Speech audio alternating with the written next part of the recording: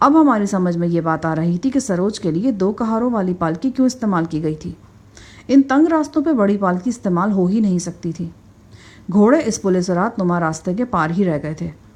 5ویں دن بھی ہم نے پاپیادہ سفر جاری رکھا۔ رات کو ایک ڈھلان پر پڑاؤ ڈالا گیا۔ ہمارا قافلہ مختصر ہو چکا تھا، پورٹر بھی نصف رہ گئے تھے۔ ہاں، محافظوں میں کمی واقع نہیں ہوئی تھی، وہ ہر وقت چوکس رہتے تھے۔ انہیں معلوم تھا کہ وادی میں ہونے والی خون ریز لڑائی کے بعد بھگوڑے کلہاڑا بردار ان پہاڑوں میں تتر بتر ہو چکے ہیں اور ان کی وجہ سے ہمیں خطرہ لاحق ہو سکتا ہے۔ 6 روز ہم نے دوپہر تک سفر کیا۔ ایک مقام پر ہماری آنکھوں کی پٹیاں کھول دی گئیں۔ نانگا پربت کی چوٹی ہمارے دائیں جانب دکھائی دے رہی تھی۔ بائیں طرف گہرائی میں آبی نالا تھا، کئی 100 فٹ کی پستی تھی، پھر بھی ہمیں آبی نالے کی سطح پر تیرتی ہوئی برف نظر آ رہی تھی اور پانی کا شور ہم تک پہنچ رہا تھا۔ ہم یہ دیکھ کر حیران ہوئے کہ ہماری ہمراہی واپس جانے کے لیے تیاری کر رہے ہیں۔ وہ ہمارا سامان علیحدہ کر چکے تھے اور یہ سامان 2 ڈھیروں کی صورت برف پر پڑا ہوا تھا۔ اس میں ہمارے لیے 2 خیمے تھے، کھانے پینے کی اشیاء، سروج کی دوائیں، ہمارے تحائف اور ایک عدد طاقتور رائفل تھی۔ رابل کے بھائی نے مترجم کی وساطت سے ہمیں بتایا کہ اب ہم وادی سے محفوظ دوری پر پہنچ چکے ہیں، یہاں سے آگے اب ہمیں اکیلے جانا ہوگا۔ اس نے ہمیں ہاتھ سے تیار کیا ہوا بڑا سا نقشہ بھی تھما دیا۔ اس نقشے میں راستے کی مکمل تفصیل موجود تھی۔ ہم مزید 3 روز سفر کر کے کیچال تک پہنچ سکتے تھے۔ یہ ایک بہت شارٹ کٹ راستہ تھا۔ میں نے اخلاقی طور پر رابل کے بھائی سے کہا کہ وہ ابھی کچھ اور آگے تک ہمارے ساتھ رہے، لیکن اس نے معذرت کے ساتھ انکار کر دیا۔ اس کا موقف تھا کہ اسے سردار کی ہدایت پر عمل کرنا ہے اور ہدایت یہ ہے کہ وہ لوگ اس سے آگے نہیں جا سکتے۔ ہم سے رخصت ہو کر ہمارے محافظ اور پورٹر واپس چلے گئے۔ اب اس ویران برف زار میں ہم کل 7 مسافر تھے۔ ان میں سے ایک مسافر نیم بے ہوش تھا، یعنی سروج کی پالکی اٹھانے کے لیے صفدر اور جان چاول نے اپنی خدمات پیش کر دی تھیں۔ باقی افراد نے رکسیک یعنی پشت کے تھیلے کے علاوہ دیگر سامان بھی خود پر لاد لیا۔ ہر شخص کے حصے میں کم و بیش 20 کلو سامان آیا تھا، یہاں تک کہ گلسوم، جس کی حیثیت نئی نویلی دلہن کی سی تھی، اسے بھی سامان اٹھانا پڑا۔ شکر کا مقام تھا، راستہ اب زیادہ خطرناک نہیں تھا۔ ہم نے درمیانی رفتار سے سفر جاری رکھا۔ آبی نالا گہرائی میں ہمارے ساتھ ساتھ چل رہا تھا، کبھی نزدیک آ جاتا، کبھی دور چلا جاتا۔ صفدر اور جان چاول جب تھک جاتے تو پالکی نیچے رکھ کر کچھ دیر کے لیے سانس لے لیتے۔ ہم بھی موقع غنیمت جان کر بیٹھ جاتے۔ گلسوم کے لیے زری گل کی بے چینی دیدنی تھی۔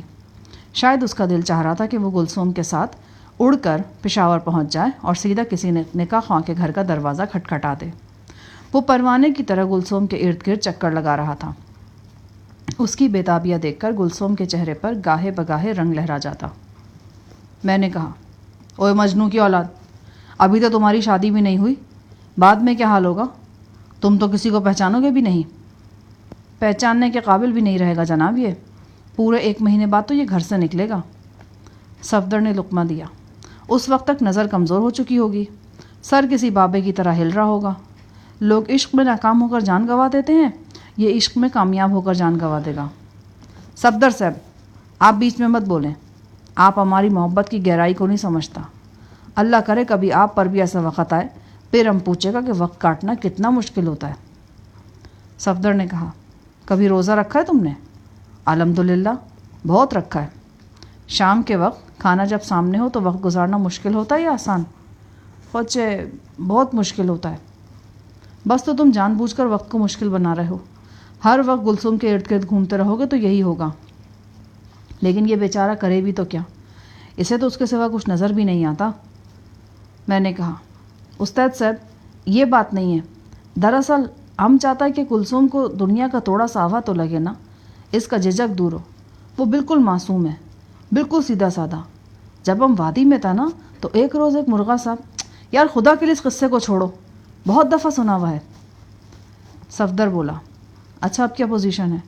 میرا مطلب ہے اس کی جھجک دور ہوئی یا نہیں؟ جھجک کیا خاک دور ہوگا، تنائی تو ملتا نہیں ہے۔ اور کل رات ہم ذرا سا اس کے پاس کسکا تو سائیں صاحب نے ہمارے سر پر ڈنڈا رسید فرمایا اور بولا، خبردار ہاتھ لگایا تو ہم جن چھوڑ دے گا تمہارے اوپر۔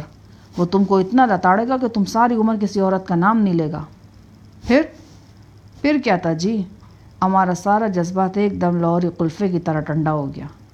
ہم سمجھ گیا کہ کلثوم کے معاملے میں ہمارا دال نہیں گلے گا. ہاں، پہاڑوں پر دال ویسے بھی مشکل سے گلتی ہے. صفدر صاحب، آپ بھی تو ہم سے دشمنی فرما رہے نا. کم از کم وہ تصویریں دے دیتا یار. سائیں علی کا نظر بچا کر ہم وہ تصویر کلثوم کو دکھاتا، شاید اس کا دماغ کچھ روشن ہو جاتا. صفدر بولا، چلو یہ ایک بہانہ تو اپنے لیے رہنے دو. اگر تصویر دیکھ کر بھی اس نے تمہیں گھاس نہ ڈالی تو ہم سب کے سامنے تمہیں بڑی پشیمانی ہوگی. ہمارا دادا کہا کرتا تھا، انسان اپنی پوری کوشش کرے، پھر بھی اگر ناکام ہو تو اسے اللہ کا مرضی سمجھے اور پھر سے کوشش میں لگ جائے. شام تک ہم ناک کی سیدھ میں چلتے رہے. شام کے وقت جب ہم پڑاؤ ڈالنے کے لیے کوئی مناسب جگہ دیکھ رہے تھے تو اچانک ہمیں چونکنا پڑا. کچھ فاصلے پر نشیب میں ایک ہموار سطح نظر آ رہی تھی. پہاڑوں کے درمیان ایسے چھوٹے چھوٹے برفیلے میدان اکثر نظر آ جاتے ہیں جیسے کوئی سفید چادر بچھی ہو. جو سفید چادر ہمیں دکھائی دے رہی تھی اس پر 3 رنگ برنگے دھبے تھے. یہ دھبے خیموں کے تھے. 3 خیمے تھوڑے تھوڑے فاصلے پر لگے تھے. ان جدید خیموں کے رنگ زرد اور سرخ تھے. خیموں سے 10-20 گز آگے جا کر ڈھلان ایک دم ختم ہو جاتی تھی اور وہاں سے آبی نالے تک پہنچنے والی خوفناک کھائی کا آغاز ہو جاتا تھا. ایک دم میرے دماغ میں پھلجھڑی سی چھوٹ گئی. کہیں ایسا تو نہیں کہ یہی شیخ عاصم اور غزالہ وغیرہ کا پڑاؤ ہو؟ ان انتہائی سنسان پہاڑوں میں کوئی ٹریکر یا ہائیکر تو آ نہیں سکتا تھا. یہ جگہ مروجہ راستوں سے بالکل الگ تھلگ تھی. یہ مقامی لوگ بھی نہیں تھے. ہمارے ذہن میں یہ شک پیدا ہونا فطری بات تھی کہ ان خیموں کی خاص اہمیت ہے. ہم نے تھوڑی دیر اس معاملے میں صلاح مشورہ کیا، پھر محتاط قدموں سے پڑاؤ کی طرف بڑھنے لگے. ہم بلندی پر تھے، لہٰذا یہ اندیشہ کم ہی تھا کہ پڑاؤ والوں کو نظر آ جائیں گے. طاقتور رائفل ہمارے پاس تھی. میرے پاس پسٹل کے علاوہ میرا خنجر بھی تھا. اس کے علاوہ اپنے پاس موجود آرائشی برچھوں سے بھی ہم ہتھیار کا کام لے سکتے تھے.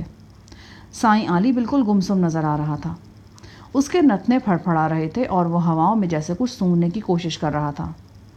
جلد ہی ہم پڑاؤ کے سامنے پہنچ گئے. اس وقت مجھے ایک ایسے شخص کی شکل نظر آئی جسے دیکھ کر مجھے یقین ہو گیا کہ یہ پڑاؤ شیخ عاصم کا ہی ہے. در حقیقت میں نے شیخ کے خاص کارندے باقر خان کو پہچان لیا تھا.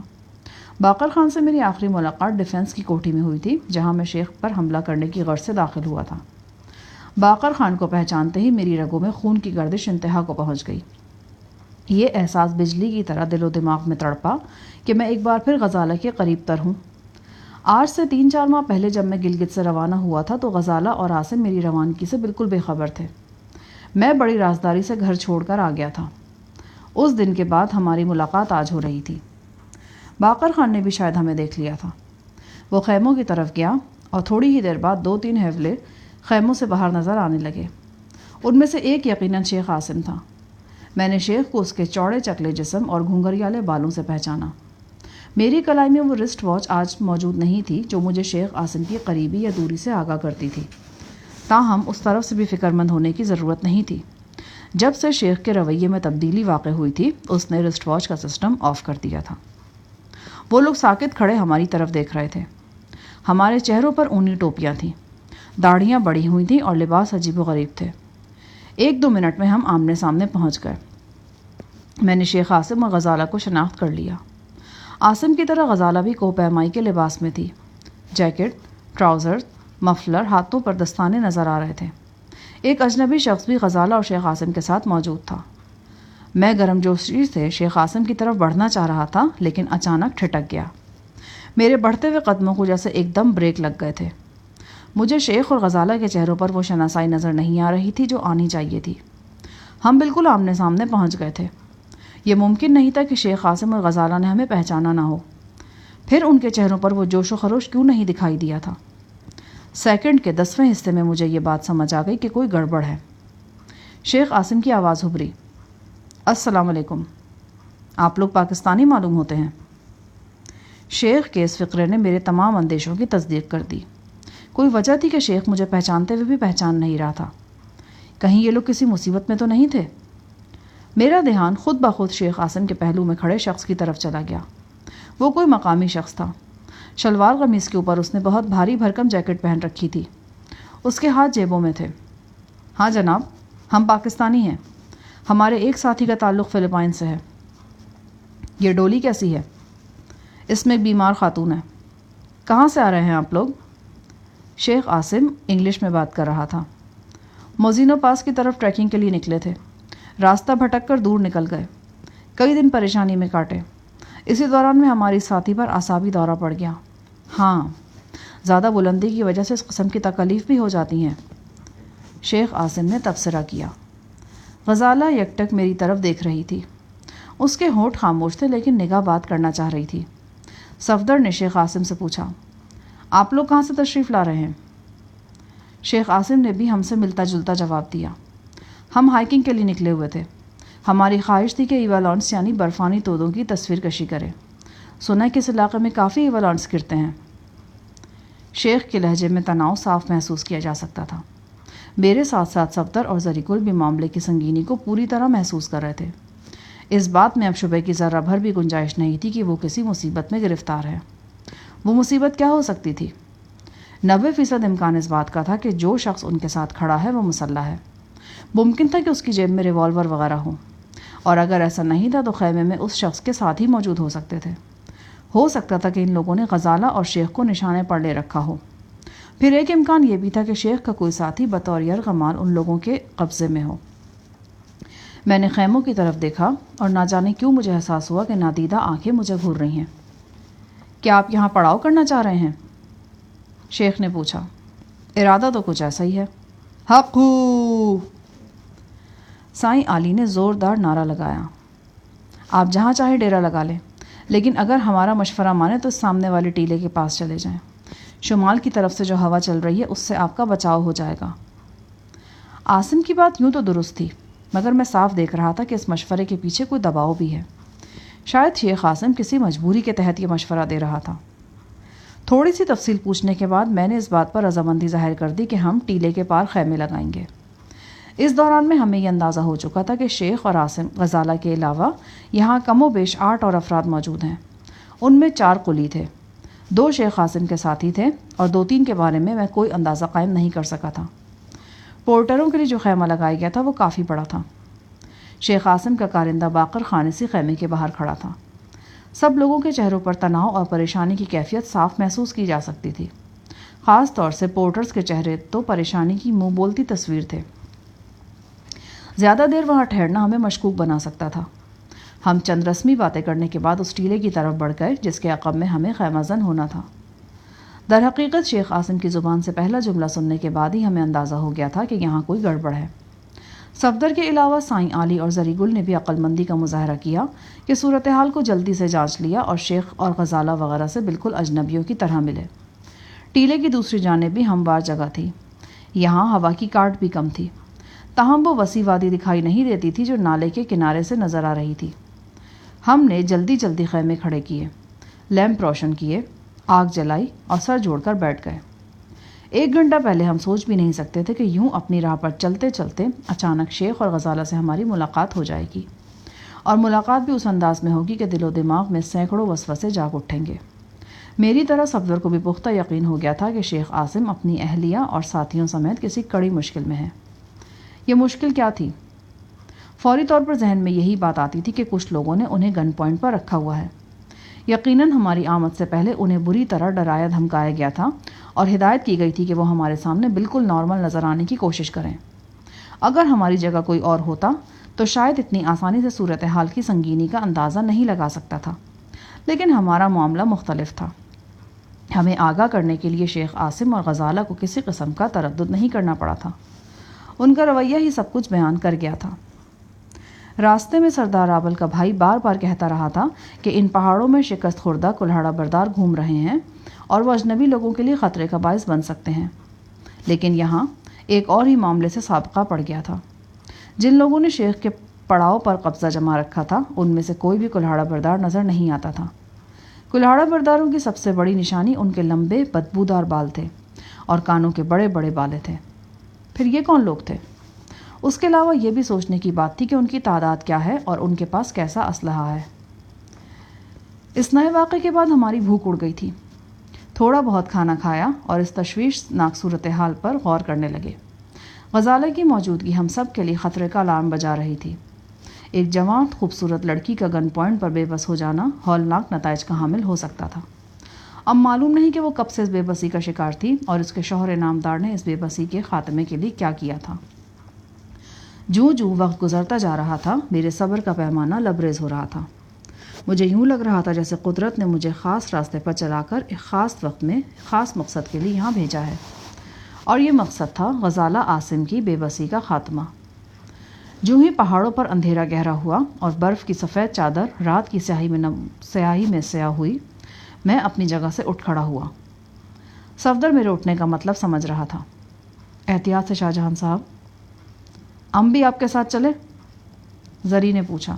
نہیں، ابھی ضرورت نہیں ہے، ابھی میں صرف جائزہ لینے کے لیے جا رہا ہوں۔ آپ ہمیشہ ہی ایسا کہتا ہے، پچھلی دفعہ بھی۔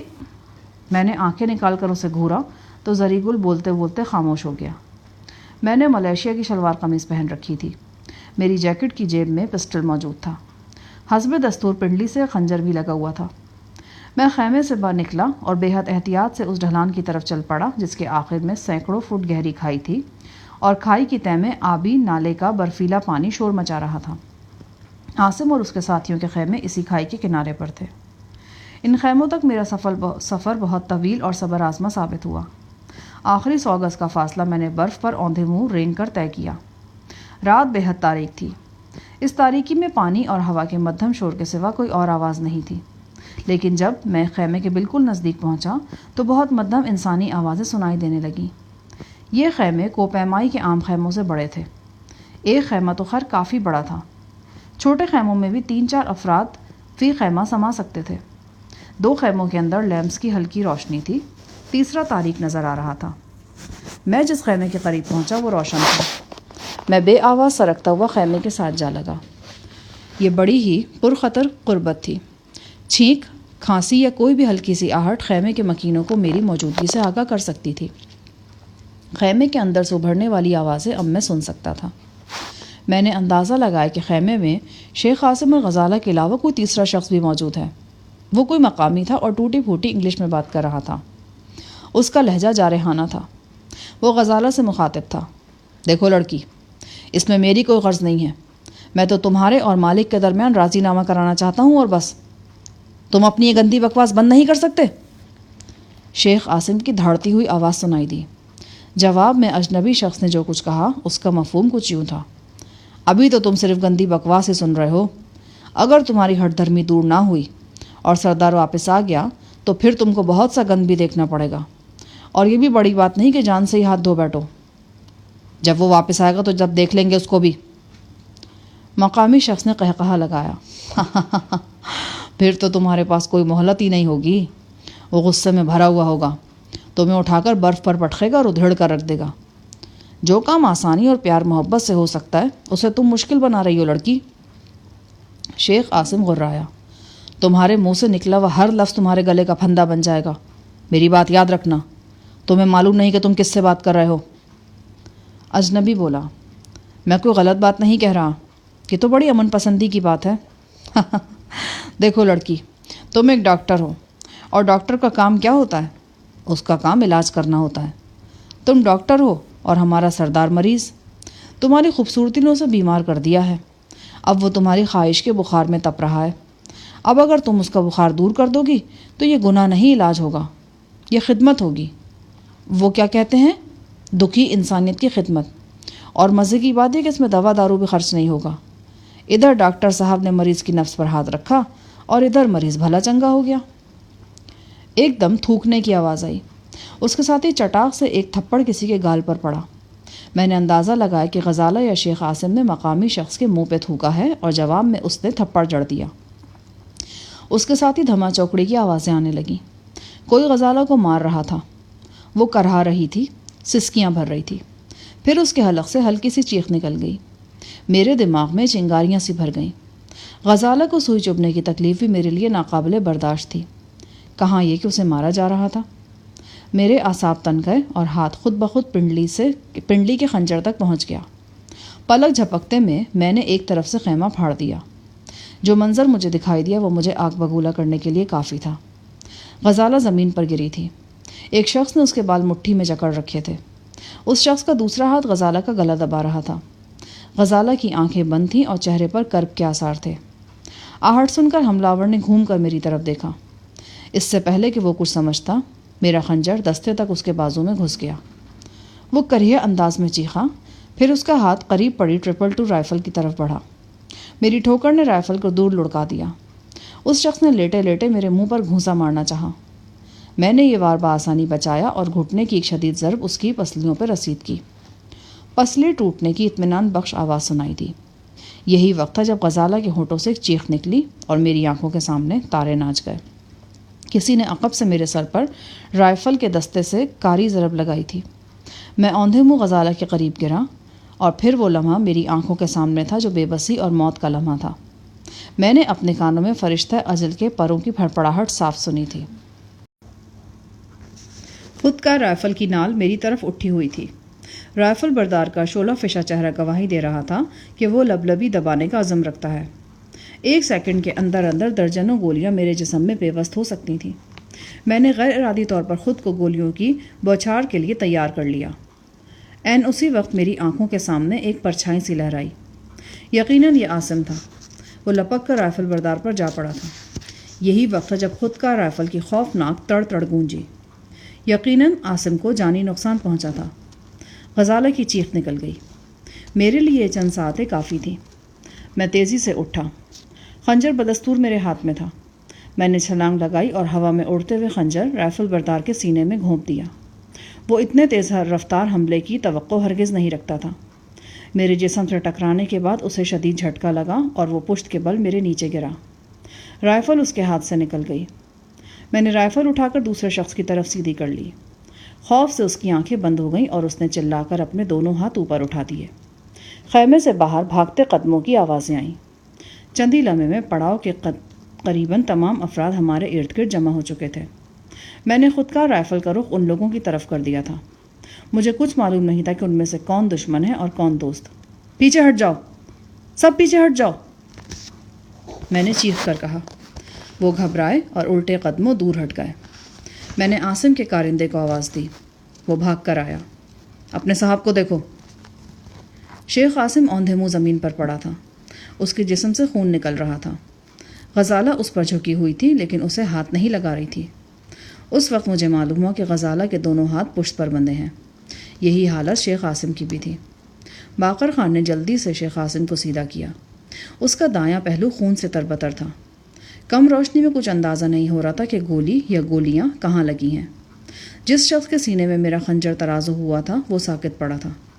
2-3 جھٹکے کھا کر اس کا جسم زندگی کی رمق سے محروم ہو گیا تھا۔ اس نے موٹی صدری پہن رکھی تھی لیکن خمدار خنجر صدری چیر کر اپنے ہدف تک پہنچا تھا۔ مرنے والے کا چہرہ لیمپ کی طرف تھا۔ یہ دیکھ کر میں حیران ہوا کہ اس کے کانوں میں 2 چھوٹے چھوٹے سوراخ تھے۔ یقیناً ان سوراخوں میں بالیں پہنے جاتے رہے تھے۔ مرنے والے کے بال بھی بے ڈھنگے طریقے سے کٹے ہوئے تھے۔ ایک لمحے میں اس نتیجے پر پہنچ گیا کہ یہ شخص وادی دا خان کا کلہاڑا بردار ہی ہے۔ صرف اپنی شناخت چھپانے کے لیے اس نے روپ بدل رکھا تھا۔ یقیناً اس کے ساتھی کا تعلق بھی وادی دا خان سے ہی تھا۔ جلدی مجھے اندازہ ہو گیا کہ پڑاؤ کے باقی افراد میں کوئی بھی شیخ عاصم اور غزالہ کا دشمن نہیں ہے۔ میں نے رائفل باقر خان کو تھمائی اور ہلاک ہونے والے قبائلی کے سینے سے خنجر کھینچا اور شیخ عاصم اور غزالہ کی بندشیں کاٹ دی۔ پڑاؤ میں 2 مزید افراد کے بھی ہاتھ باندھے گئے تھے۔ ان کی بندشیں باقر خان نے کاٹ دیں۔ میں نے شیخ کو لیمپ کے قریب سیدھا لٹایا۔ وہ خون سے تربتر تھا۔ کچھ اندازہ نہیں ہو رہا تھا کہ گولی کہاں لگی ہے۔ میں نے اس کی جیکٹ اتاری، قمیض اور بنیان پھاڑی۔ جلد ہی غزالہ نے عاصم کا زخم ڈھونڈ نکالا۔ یہ ایک تشویشناک زخم تھا۔ گولی پسلیوں کے نیچے پہلو میں لگی تھی۔ اگر وہ گہرائی میں گئی تھی تو انتڑیاں وغیرہ کٹ گئی ہوں گی، لیکن اگر گوشت میں ہی رہی تھی تو کوئی شدید خطرہ نہیں تھا۔ ایک گولی شیخ عاصم کے ہاتھ کا انگوٹھا کاٹ کر گزر گئی تھی۔ غزالہ نے پیٹ کے زخم کے ارد گرد سے خون صاف کیا، پھر باقر کو ہدایت کی کہ وہ جلدی سے میڈیکل باکس لائے۔ باقر خان دوڑ کر باکس لے آیا۔ غزالہ نے اپنے آنسو پوچھے اور ایک ڈاکٹر کے پیشہ ورانہ تحمل کے ساتھ شوہر پر جھک گئی۔ شیخ عاصم ہوش میں تھا لیکن اس کی آنکھیں بند تھیں۔ وہ گہرے سانس لے رہا تھا۔ غزالہ نے پہلے شیخ کو چند انجیکشن لگائے۔ دراصل یہ ایک ہی انجیکشن تھا جسے تقسیم کر کے مختلف جگہ لگایا گیا تھا۔ اس انجیکشن سے زخم کے ارد گرد گوشت سن ہو گیا۔ غزالہ نے سرجری کا بلیڈ نکالا اور شیخ کے جسم میں پیوست ہونے والی گولی تلاش کرنے لگی۔ اس کے ہاتھ لرز رہے تھے، لیکن ایک ڈاکٹر کا مضبوط ارادہ اس لرزش پر قابو رکھے ہوا تھا۔ غزالہ نے بڑی مہارت سے پیٹ چاک کر دیا۔ وہ گہرائی میں جا رہی تھی، یہاں تک کہ مجھے انتڑیوں کی جھلک نظر آنے لگی۔ غزالہ نے میرے ایک ہاتھ میں کاٹن تھما دی۔ میں مسلسل خون صاف کر رہا تھا اور روئی کے بھیگے ہوئے پنے ایک طرف پھینکتا جا رہا تھا۔ سخت سردی کے باوجود ہماری پیشانیاں پسینے سے تر ہو چکی تھیں۔ قریباً 10 منٹ کی کوشش کے بعد غزالہ ہانپ گئی۔ خون اتنی تیزی سے بہہ رہا تھا کہ خوف آ رہا تھا۔ انتقال خون کے انتظام کے بغیر خون کے مسلسل اخراج کا رسک نہیں لیا جا سکتا تھا۔ گولی غالباً گہرائی میں اتری ہوئی تھی۔ مائنر آپریشن کے ذریعے اس کا نکلنا ممکن نہیں تھا۔ غزالہ نے ٹانکے لگا کر زخم بند کیے اور بینڈیج کر دی۔ اب کیا ہوگا؟ یہ سوال ہر ذہن میں ہتھوڑے کی طرح برس رہا تھا۔ شیخ عاصم کا جلد از جلد اسپتال پہنچنا ضروری تھا اور اسپتال یہاں سے نامعلوم فاصلوں پر تھا۔ ہمارے ارد گرد ویرانی تھی اور برف پوش پہاڑ تھے۔ رابل کے بھائی نے بتایا تھا کہ ہم اسی ایک شارٹ کٹ راستے پر مسلسل 3 دن سفر کریں تو کیچال پہنچ سکتے ہیں۔ غزالہ کی پریشانی ہم سے دیکھی نہیں جا رہی تھی۔ خاص طور سے میرے لیے تو یہ نظارہ بالکل ناقابل برداشت تھا۔ اس کی حالت دیکھ کر میرا دل کٹ رہا تھا۔ وہ باولی سی ہو رہی تھی، بے بسی سے ایک ایک کی صورت دیکھ رہی تھی۔ بے شک اس نے زخم سی دیا تھا، مگر خون کا اخراج مکمل طور پر بند نہیں ہوا تھا۔ یہ عین ممکن تھا کہ خون پیٹ میں ہی جمع ہو رہا ہو اور زہر بن کر جسم میں پھیل جائے۔ خیمے سے باہر آ کر میں نے باقر خان سے بات چیت کی۔ اس کی باتوں سے معلوم ہوا کہ شیخ عاصم قریباً 1 مہینہ پہلے گلگت سے ٹریکنگ کے لیے روانہ ہوا تھا۔ شیخ کے ساتھ ان کی اہلیہ کے علاوہ ایک قریبی دوست مسٹر باسط اور لاہور کے ایک صنعت کار اشفاق صاحب تھے۔ مسٹر باسط فوٹوگرافی کا بہت تجربہ رکھتے ہیں اور ان کے ساتھ جدید قسم کے اسٹل اور مووی کیمرے بھی تھے۔ 10-15 روز یہ لوگ کیچال کے قرب و جوار میں گھومتے رہے، پھر ایوالانس اور گلیشیئر کی تلاش میں اس جانب آ گئے۔ علاقے میں پیش آنے والے حادثات کی وجہ سے یہاں ٹریکنگ پر پابندی ہے، مگر شیخ صاحب نے اپنے تعلقات استعمال کر کے خصوصی اجازت لے رکھی تھی۔ اپنے ساتھ پیش آنے والے سنگین واقعے کے متعلق بتاتے ہوئے باقر خان نے کہا، ہم 15-20 روز سے اس علاقے میں ہیں۔ یہ 4 دن پہلے کی بات ہے۔ رات کو 2 افراد جناب شیخ صاحب والے خیمے میں گھس گئے۔ انہوں نے شیخ صاحب، ان کی اہلیہ اور دوست مسٹر باسط کو گن پوائنٹ پر رکھ لیا۔ ان کا تیسرا ساتھی ہمارے خیمے کے قریب چھپا ہوا تھا۔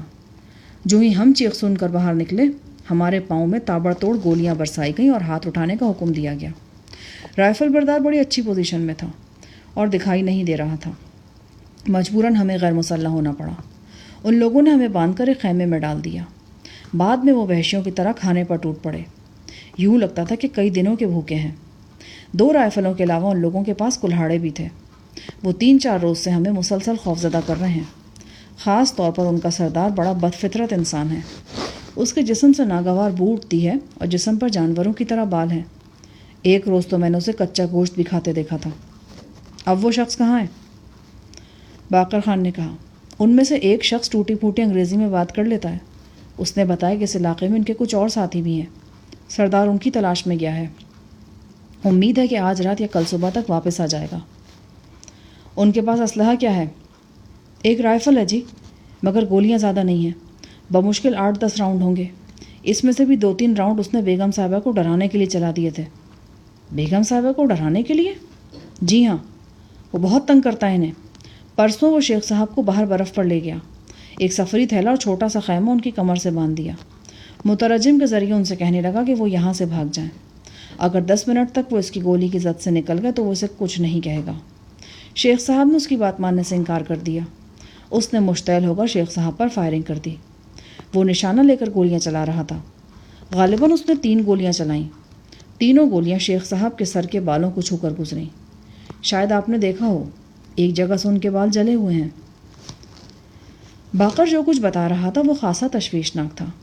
اب اس بات میں شبہ کی کوئی گنجائش نہیں تھی کہ یہ وادی کے کلہاڑا برداری تھے جنہوں نے اپنی شباہت بدل رکھی تھی۔ عین ممکن تھا کہ وہ مجھے اور صفدر اور زری گل وغیرہ کو بھی پہچانتے ہوں۔ بہتر تو یہی تھا کہ فوری طور پر یہاں سے پڑاؤ اٹھا لیا جائے اور اس سے پہلے کہ کلہاڑا برداروں کا تیسرا ساتھی واپس پہنچے، ہم یہاں سے محفوظ فاصلے پر چلے جائیں۔ لیکن محفوظ فاصلہ پیدا کرنا اتنا آسان نہیں تھا۔ دوسری صورت یہ تھی کہ ہم یہیں موجود رہیں اور جو ہی وہ شخص اکیلا یا اپنے ساتھیوں کے ہمراہ واپس پہنچے اسے آڑے ہاتھوں لیا جائے۔ میں نے صفدر اور جان سے مشورہ کیا۔ دوسرا راستہ زیادہ مناسب تھا، کیونکہ رات کی تاریکی میں پڑاؤ اٹھانا اور برفانی دراڑوں کے اوپر سفر کرنا کسی طور بھی مناسب نہیں تھا، خاص طور سے اس حالت میں کہ 2 مریض بھی ہمارے ساتھ تھے۔ ہم نے مرنے والے کلہاڑا بردار کی لاش گھسیٹ کر آبی نالے کی گہرائی میں پھینک دی۔ دوسرا شخص خون کے اخراج اور پسلیوں کی چوٹ کے سبب بے ہوش ہو چکا تھا۔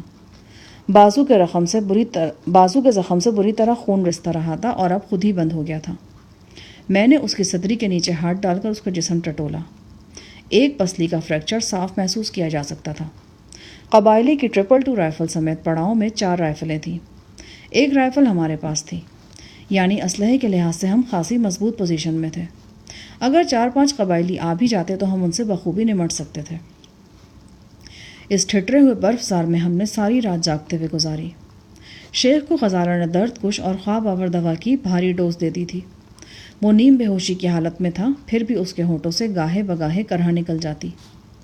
غزالہ اس کے سرہانے بیٹھی پریشانی کی تصویر دکھائی دیتی تھی۔ غزالہ، کیوں تم لوگوں نے ایسا کیا؟ اتنی دور کیوں چلے آئے؟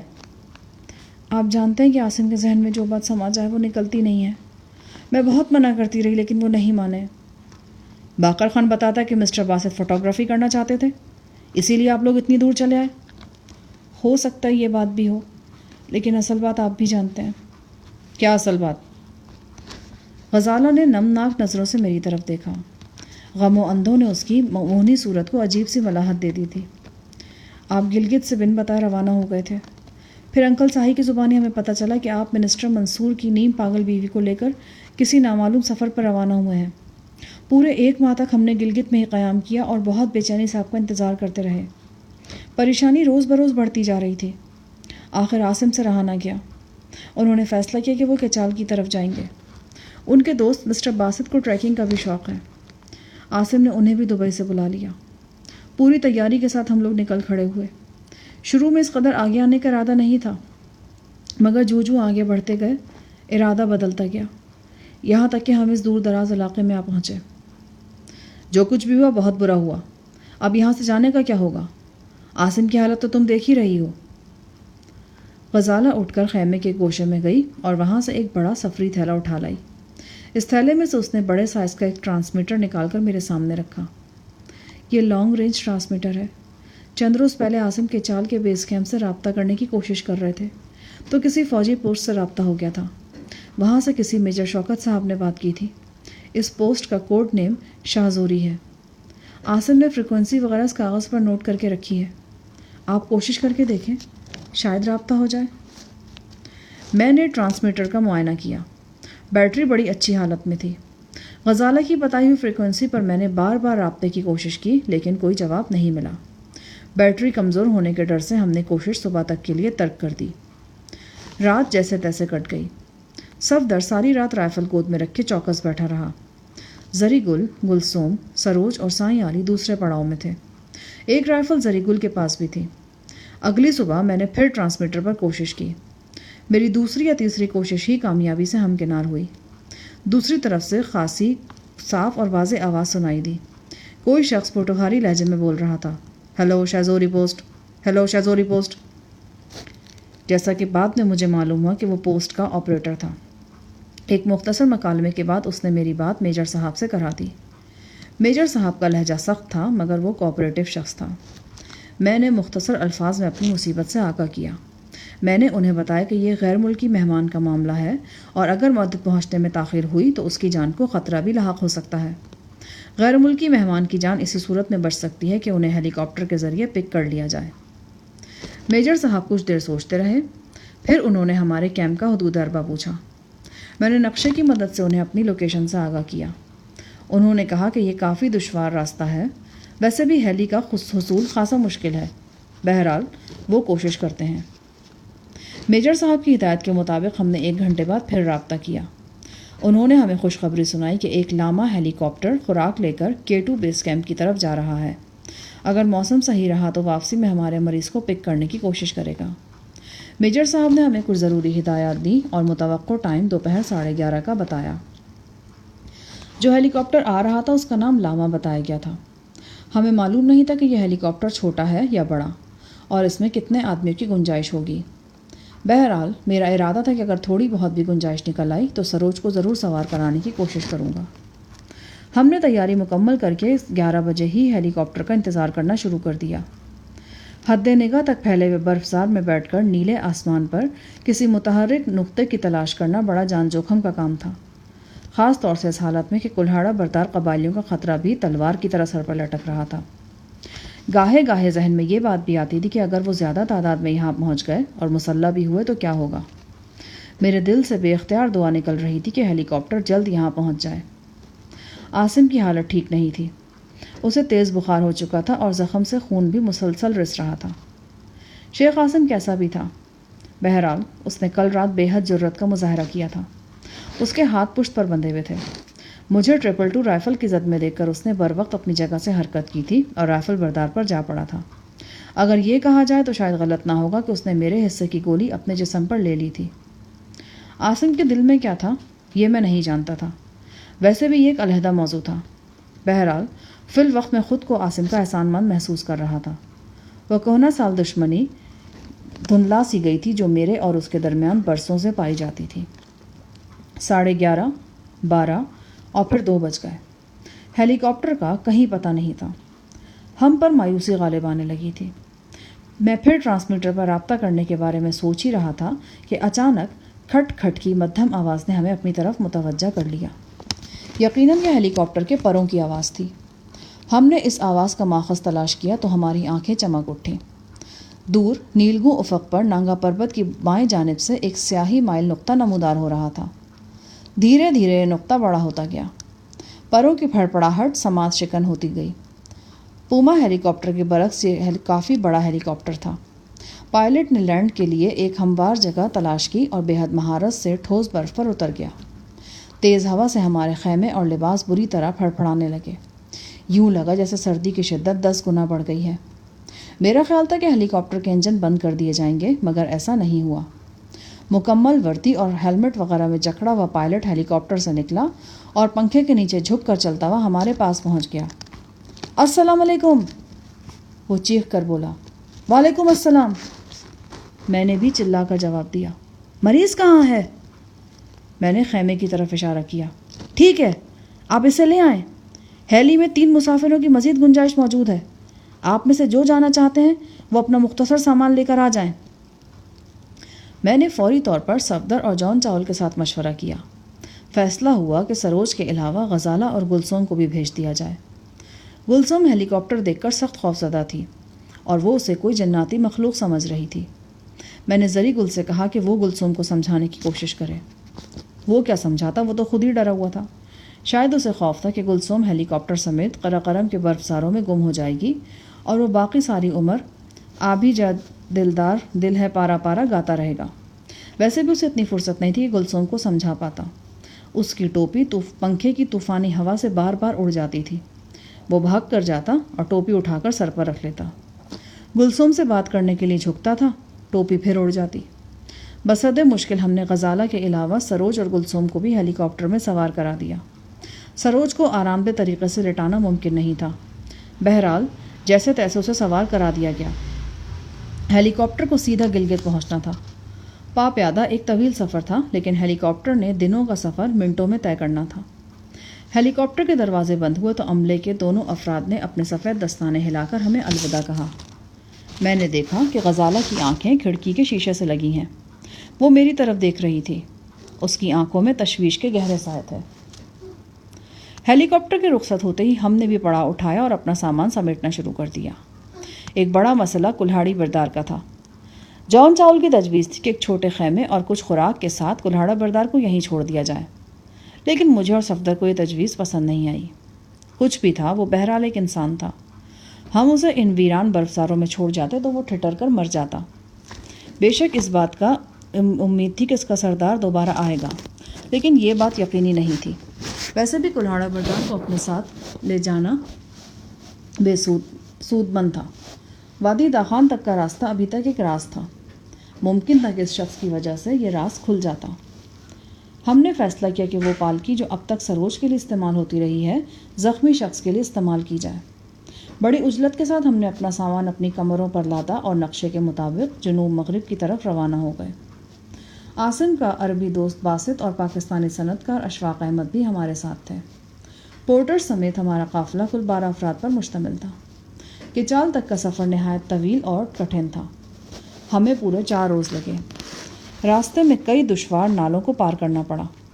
برف پگھلنے کا موسم تھا، لہٰذا کئی جگہ طغیانی سی کیفیت تھی۔ پل صراط جیسے راستے، گہری کھائیاں، برفانی ہوا اور جان لیوا دراڑیں، وہی گناگو مشکلات تھیں جن سے میں پہلے بھی گزر چکا تھا۔ اس 4 روزہ سفر میں صرف ایک خاص واقعہ ہوا، اور وہ یہ کہ ایک روز صبح سویرے جب ہم نے دیکھا تو زخمی کلہاڑا بردار مردہ پڑا تھا۔ اس کا جسم گردن تک سلیپنگ بیگ کے اندر تھا، منہ کھلا تھا اور آنکھیں بے نور ہو چکی تھیں۔ 2 امکانات تھے، ایک تو یہ کہ ٹوٹی ہوئی پستی نے اس کے پھیپھڑے میں زخم پیدا کر دیے تھے، دوسرا خیال یہ تھا کہ اس کے پاس کوئی زہریلی شے موجود تھی جو اس نے طویل اذیت سے نجات پانے کے لیے کھا لی تھی۔ اس امکان کو قویت کرنے کے لیے یہ شہادت موجود تھی کہ متوفی کا جسم نیلا ہو رہا تھا اور چہرے پر بھی نیلاہٹ موجود تھی، لیکن لاش پر اس قسم کے آثار سخت سردی کی وجہ سے بھی نمودار ہو جاتے ہیں۔ کچھ بھی تھا، وادی داخان کا وہ بدبودار وحشی نما انسان اب ہم میں موجود نہیں تھا۔ وہ بلند ترین پہاڑوں کی بھول بھلائیوں میں رہنے والے اسی روپاش دیوتا کے پاس پہنچ چکا تھا جس کی وہ آج تک پوجا کرتا رہا تھا۔ میری سماعت میں وہ گیت گونجنے لگا جو کبھی میں نے وادی داخان کی سرنگ میں سنا تھا۔ کورس کی شکل میں گایا ہوا وہ گیت کچھ اس طرح سے تھا: ہم روپاش کے بیٹے، ہم روپاش کی بیٹیاں، ہم مقدس پہاڑوں کی آغوش میں پلتے ہیں، وہی طلوع ہوتے ہیں وہیں ڈھلتے ہیں۔